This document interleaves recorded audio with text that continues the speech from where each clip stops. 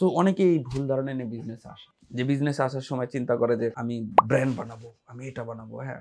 কারণ YouTube এ একটা video দেখতেছে বড়, বড় ব্র্যান্ডের শপের মালিকের, জেফ বেজোসের বড়, বড়। অ্যান্ড ওদের মোটিভেশন নিয়ে ও ব্র্যান্ড বানাতে আসছে, হ্যাঁ?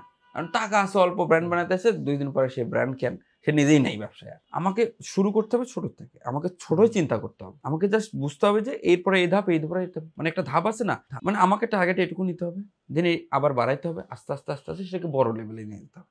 আমি যদি ১ম এ বলি ওইখানে যাবো কালকে, তাহলে তো পসিবল না। তো তখন আমাদের চিন্তা ভাবনাই আসলে আনরিয়ালিস্টিক যে গোল সেট করা। যে আমরা আসলে গোল সেট করার সময় এমন গোল সেট করি, আমরাই কনফিউজড হয়ে যাই এখানে পৌঁছানো সম্ভব কিনা। তখন আমরাই আবার ডিমোটিভেট হয়ে গোল থেকে সরে যাই। তো গোল সেট করতে হবে রিয়ালিস্টিক। যেটা আমি সামনে পাবো। যে মনে হবে কি ওই যে সামনে এই ঘরটা পার হলেই আমার হচ্ছে যে গোল আছে। জাস্ট যাই।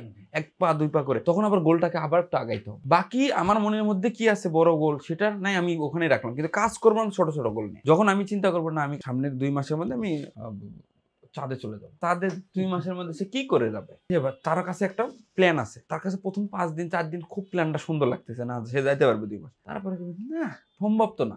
সে ওখান থেকে সরে যায়। তো এইজন্য গোল আসলেই ছোট, ছোট করা উচিত। এবং এই নিজের গোল সেট আপ করতে গিয়ে অনেকে বিজনেস থেকে হারায় যায়। গোল সেট আপটা আমরা বুঝে শুনে রিয়ালিস্টিক একটা গোল সেট আপ করে বিজনেস আগালে অবশ্যই সে কি করতে পারবে? ফিউচারে সাকসেস হতে পারবে।